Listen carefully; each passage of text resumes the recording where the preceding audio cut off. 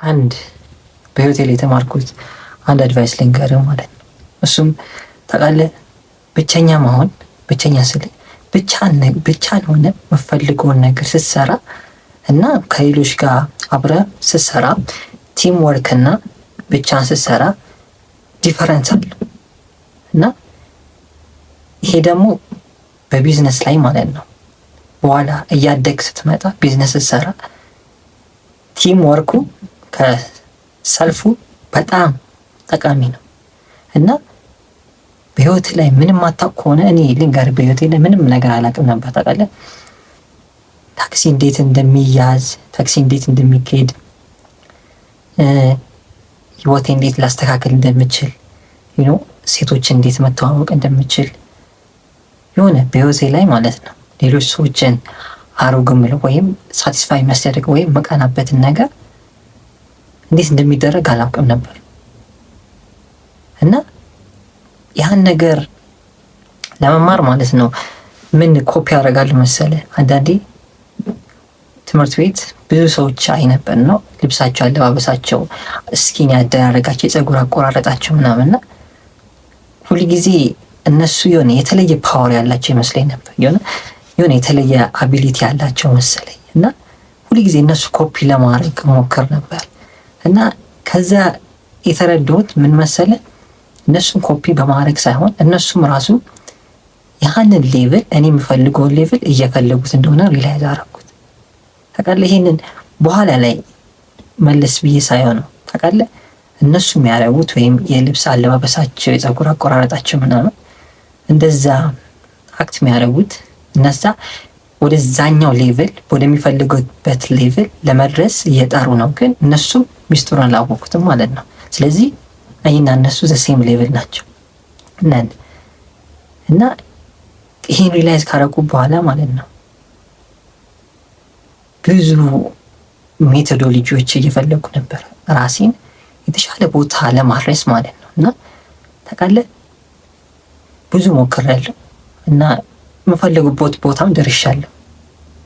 ግን ይሄ ደርሻለሁ ስል የሆነ የስኬት ማማ ላይ ደርሻለሁ ሳይሆን ራሴን ያ ሌቭል ላይ ማለትም እነዛ ሰዎች የሚፈልጉበት እዛኔ የነበርኩት ዮሐንስ እዛ ሌቭል ላይ የመድረስ የምፈልገው ዮሐንስ እኩል ነን እንደማለት ፈልጌ ነው። እና ያን ሪላይዝ አደረገው ደግሞ ከዛ በላይ ደግሞ መሆን የምፈልጋቸው ሰው ደግሞ አለ እና ይሄ ልነግርህ ያሰብኩት ምን መሰለህ? ስቴፕ ባይ ስቴፕ ነው ነገሮችን ቢውልድ የምታደርገው። ስቴፕ ባይ ስቴፕ ማለት አንድ ሌቭል ላይ ከደረስክ በኋላ ይሄ አንድ ሌቭል ላይ ለምሳሌ እንደዚህ ብለህ አስበው። ለምሳሌ ቢዝነስ የሚሰራ ሰው አንድ ቦታ ደርሶ ወይ ቢዝነሱን አሳክቼዋለሁ በቃ ዛሬ ልረፍ፣ ወይም ዛሬ ለፍ ሳይሆን እስቲ ልዝናናበት ለአንድ ዓመት ለሁለት ዓመት አይልም፣ መቼም አይልም። ምን ያደርጋል መሰለኝ?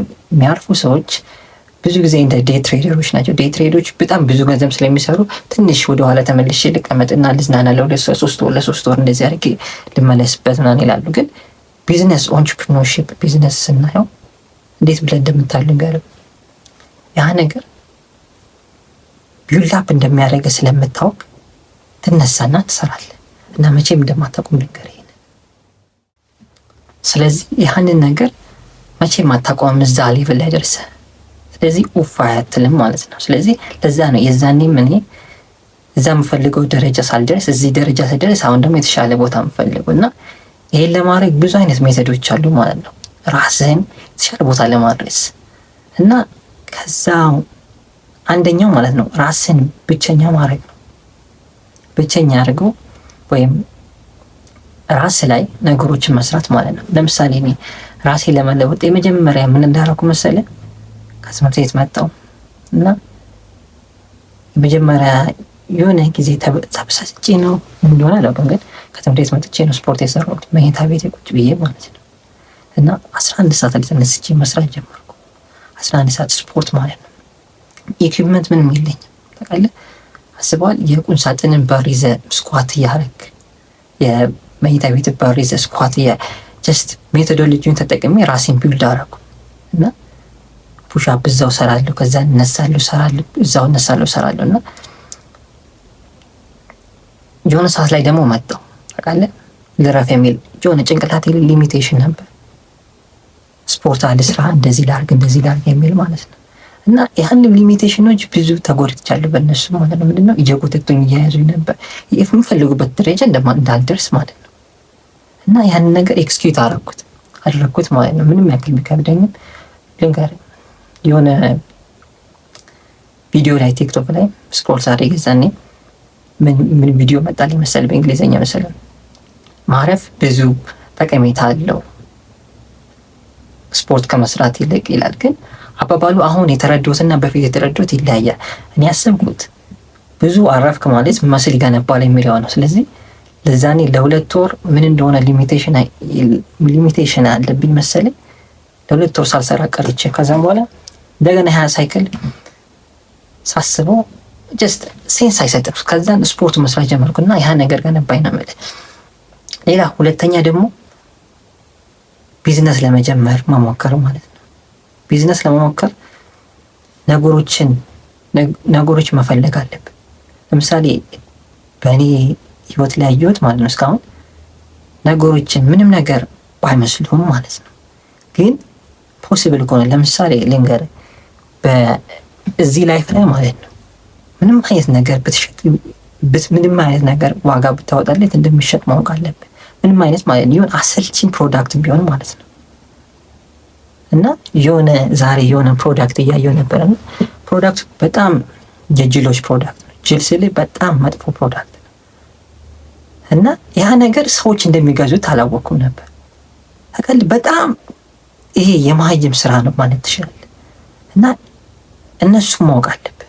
ታውቃለህ፣ ቢዝነስ የምትጀምረው ማለት ነው ብዙ ሰው እንዳለክ ማለት ነው ከሰዎች ጋር ኮኔክሽን ማድረግ አይደለ፣ ከሰዎች ጋር ነገሮች ማወቅ። ሰዎች ካወቅ ሞር ቢዝነስ ታውቃለህ፣ ከዛን ሞር ፖቴንሻል ታገኛለህ፣ ሞር ላይፍ ላይ ኤክስፒሪየንስ ታገኛለህ ይላል። ግን ሪላይዝ ማድረግ ያለብን ወደኋላ ተመለሰ ማለት ነው ያ ነገር ማለት ነው ከሰዎች ኮኔክሽን ስለሆነ መቼም ሁሌ ማለት ነው ከሰዎች ዝቅ ብለን የምትገኘው ሁሉ ጊዜ ልንገር፣ እነሱ ሌቭል ላይ ደርስም ሀብታም ልትሆን ትችላለህ። ግን መጨረሻ ላይ ማለት ነው አንዳንዴ እንዳሉ መርካቶ ነጋዴዎች ነው የምትሆነው።